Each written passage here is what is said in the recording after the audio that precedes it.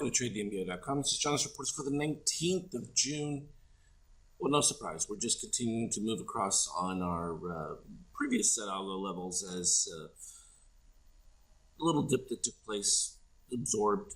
We're kind of in a soft to weak shakeout setup right now. We do have a full reset, so it's been building. So that we're going kind of back and forth across. Not a shock. I think they're looking for some other impetus to drive things. Of course, the additional coronavirus breakouts are being publicized, but at the end of the day, this really comes down to hospitalizations. You're never going to stop the flu-like virus from spreading. However, at the end of the day, when you take out the number of people that were killed in senior housing and that, you end up with just a bad flu season for the most part at this particular point. So unless that changes,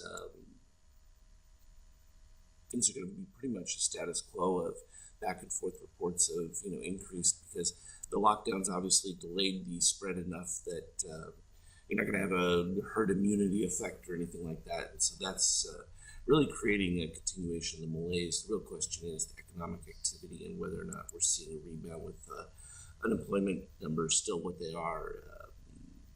It's not looking particularly great. So whether there'll be, I think this is what the market is betting on, a secondary round of like the CARE Act, where you extend benefit bonuses and that just to keep fueling incomes until things can start to turn around. Because if you don't, you're starting to already see it in Europe, particularly these massive supply of unsold cars and all these other goods that just aren't moving because populations aren't moving around and doing things. And so it's critical, particularly in places even like in Europe, when it comes to huge portions of the economy based on tourism, things like that.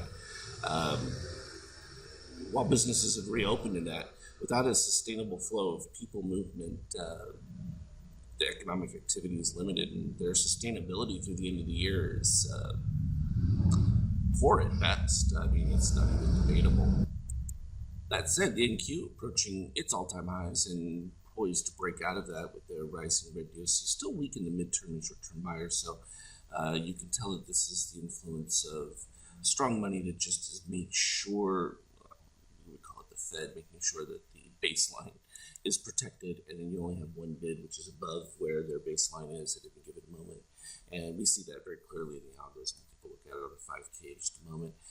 Euro continuing to fill back these positive extremes, like we've said, going all the way back to the 110 range. So it's still several pennies above it, which is enough to create a turnaround, especially with the complete reset here. So there's plenty of money on the sidelines, waiting to see if the euro justifies that. But at the end of the day, we know the Fed is the one that's supporting the euro because they really want to keep that potential for external trade positive. So oil, there it is, breaking back towards the top. This is exactly what we expected on the move towards 50. That's the game plan. We've seen this turn around in the shakeout histogram in that, as well as a steady build. And the red DSC stayed pretty much at the zero line throughout all of this, so there was no real exit.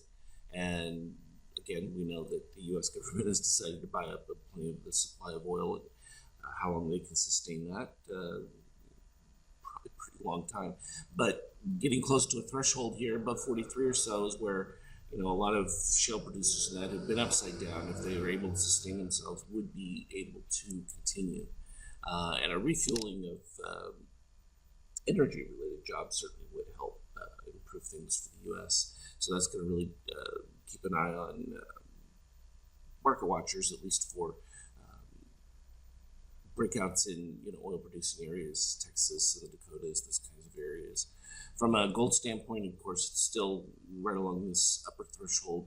It's just waiting for the excuse to break out, reaching an oversold dip below the red line here from an extreme standpoint. So despite all of the weakness within it, you're still maintaining your setup, which means that when we do get a turnaround, it's going to break out to the upside significantly.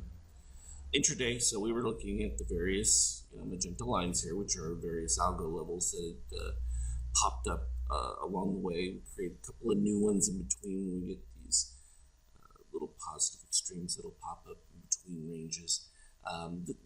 I look for a series of them. When there's just a single, it's not as powerful. So it's just different versions of algos, taking into effect. When you start to see a long string, those tend to have much more weighting to them. But of course, we came right back to the 3075, supported right off that one, and then pretty much that was it. And we pretty much stayed above that key line, and then in the middle range right here, we were in the 90s. So from that standpoint, you can see what happened in the pre-market. Again, moving right back up to what I talked about the other day, the expectation to move towards the 3120.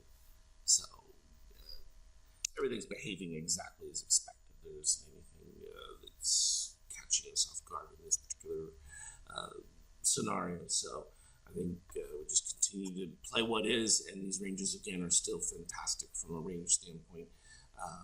It's just beautiful as far as collecting large points with a time period that's supposed to be softer. It's not getting softer. It's maintaining that stretch. So that's the long and the short of it. As always, I'll put any special details in the Skype chat. Trade well.